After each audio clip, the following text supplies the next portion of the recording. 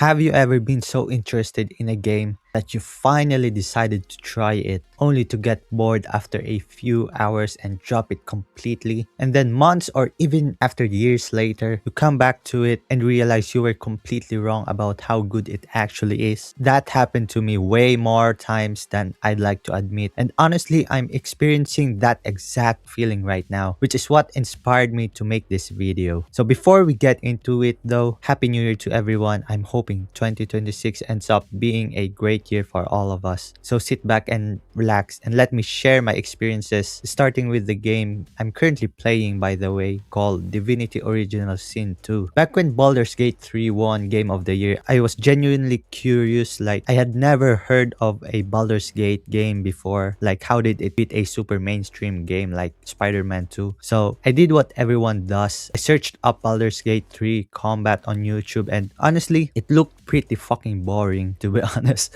I immediately thought that, yeah, this game is not for me. I've never really been into turn-based games, especially tactical turn-based combat. I already knew I wasn't built for that kind of experience. And that mindset mostly came from my childhood, to be honest. I remember my cousins going crazy over some old retro Pokemon game, so I tried it myself and it bored me to death. And that's probably why I never really became a Pokemon fan. But during the Steam Winter Sale last year, I decided to finally give CRPGs a real chance, and I figured, how bad could it be? I mean, worst case scenario, I could just refund it to Steam because, you know, Steam is just that good compared to PlayStation Store or any other store, to be honest. So instead of BG3, I picked up Divinity Original Sin 2 mostly because the new Divinity game trailer at the Game Awards caught my attention. And yeah, I got hooked almost instantly. And yeah, it was surprising, and I thought the tactical turn-based combat would push me away, but it actually did the opposite. Having to think about every move, every turn, and every decision made combat way more engaging and intense. And it forced me to slow down and really focus, really think every decision I make in the game. So I'm currently around 20 hours in, and it still feels like I'm in the honeymoon phase, to be honest. And because of this game, I'm now seriously considering picking up Baldur's Gate 3 and maybe even diving into more turn-based games like JRPGs, for example, something like the Trail series or the Final Fantasy series, which actually brings me to the next game, which is a JRPG game, which is Nier Automata. Now, with this game, it was kind of the opposite situation. What originally pulled me in was the combat. Since it's developed by Platinum Games, my expectations were really high, and thankfully the combat did not disappoint. But what bothered me was the story. Now, don't get me wrong, okay? I enjoyed it, but the game leans heavily into philosophical themes, and as someone who has absolutely no background in philosophy, I felt like a lot of it was going over my head, and that made it harder for me to fully appreciate the narrative. But that wasn't the only reason I dropped the game. The other reason was 9S. Like,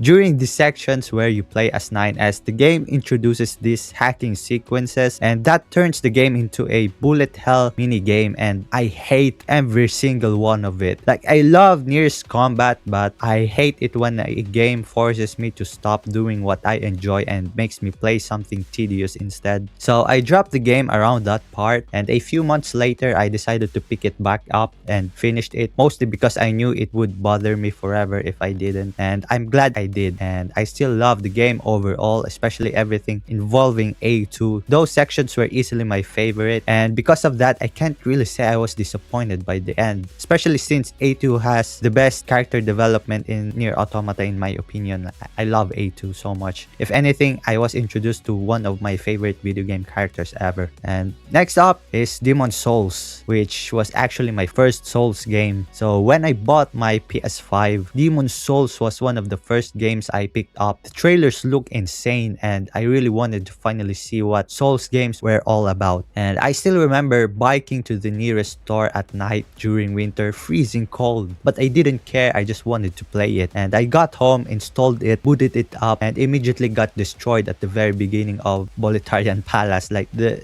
very beginning, the one in front of Bolitarian Palace. Like, I'm not exaggerating, I was stuck at it, and it felt impossibly hard. I could barely make progress, so I just started running past enemies until I ran into a blue-eyed knight, if I remember correctly, which made me rage quit instantly, and I didn't touch the game for months because I thought it was unnecessarily difficult. Then one day a random Souls gameplay video popped up in my YouTube recommendations, and somehow they made the game look easy. If I remember correctly, that video is either a spicy video or a fighting cowboy video. This was fighting cowboy. I don't remember, but that alone motivated me to give Demon Souls another shot, and for some reason it just clicked. Like the game suddenly felt manageable and I actually started having fun. That experience completely hooked me on Souls games overall, and I went on to play almost all of them except for Dark Souls 2 and 3, which I still haven't touched because I'm currently burned out after playing way too much Elden Ring and Bloodborne. So yeah, the reason I dropped Demon Souls the first time,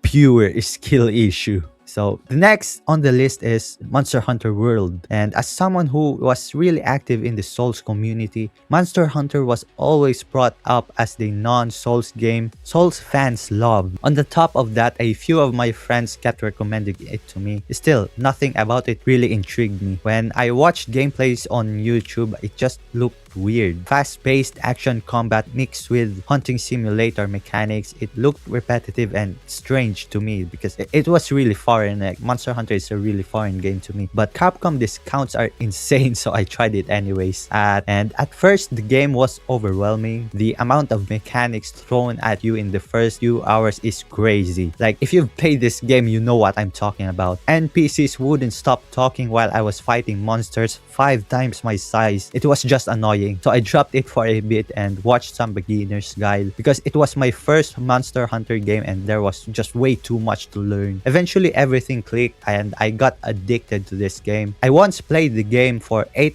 hours straight for 3 days in a row. It was an absolute blast. I still cannot forget those days. It was crazy. And I still haven't finished it though, but I have around 100 hours. And right now I'm taking a break because of action game burnout and experimenting with other genres like turn-based games, as I mentioned, which I never thought I'd enjoy. So the last game on this list is another Capcom game, which is Dragon's Dogma. After playing Souls games, I got really into dark fantasy knights, dragons, and all that. So Dragon's Dogma seemed perfect, and I bought it, tried it out, and quickly thought it was a walking simulator. Fast travel is extremely limited in this game, and I didn't even realize that it was an item you had to manage yourself. So I ended up completing around 60 to 70% of the game just walking everywhere. If I missed something, I need to walk back, and if I made a mistake, I need to walk back again. It was tedious. It's boring at its deepest core. And on top of that, the stamina system is brutal in this game. Like, you use stamina just to sprint outside of combat, which made traveling even more painful. And honestly, the enemy variety isn't great either. You mostly run into the same few enemies over and over and over again. So I dropped the game for about a year. But recently though, I decided to give it another shot with a fresh save, and surprisingly, I'm having a ton of fun. I'm already around the end game and really excited to jump into the DLC, which everyone says is the best part of Dragon's Dogma. And the combat, I haven't mentioned it, but it's genuinely amazing. It's just a shame that enemy variety doesn't fully support it in this game. So yeah,